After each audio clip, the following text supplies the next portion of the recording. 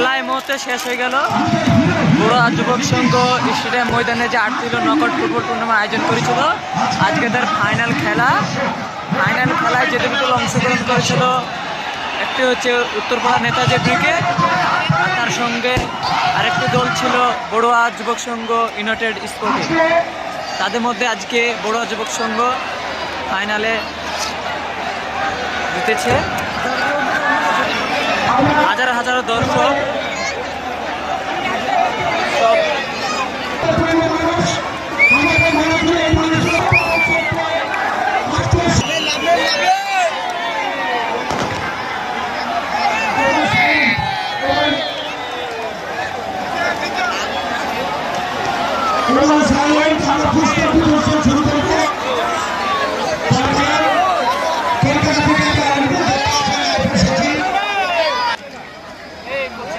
ধন্যবাদ সঞ্চালক নির্মল দে মহাশয়, যিনি আমার ডাকে সাড়া দিয়ে প্রত্যেক বছর এখানে উপস্থিত হন। সেরা দর্শক নির্বাচিত তোমরা হয়ে গেছো। এবার যদি বেশি কিছু করো তাহলে মাইনাস হয়ে যাবে। চুপ করে একটু বসো।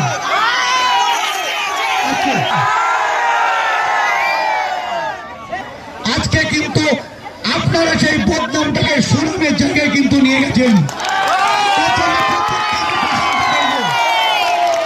আজকে কলকাতার মানুষ এখানে বসে আছেন, কলকাতার এবার এসেছেন, শিলিগুড়ির এবার এসেছেন, তারা এই বার্তাটাই কি দেবে যে ভেলনা কি জায়গা, তারা কিন্তু সেই বার্তাটাই দেবে। আর আপনাদের সমস্ত দীর্ঘদিন ধরে অনেক বাচ্চা এখান থেকে ট্রেনিং করে, কিন্তু কেন আরো বাচ্চা আসছে না? এত লোক খেলা দেখতে আসছে, আপনার বাড়ির সন্তান কেন ফুটবল খেলতে আসছে না?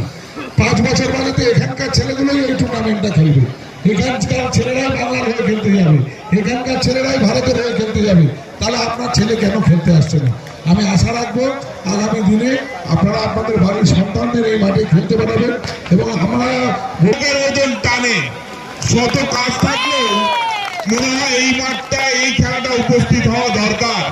তার কারণ হলো এখানকার সমর্থক, আর কিচ্ছু না।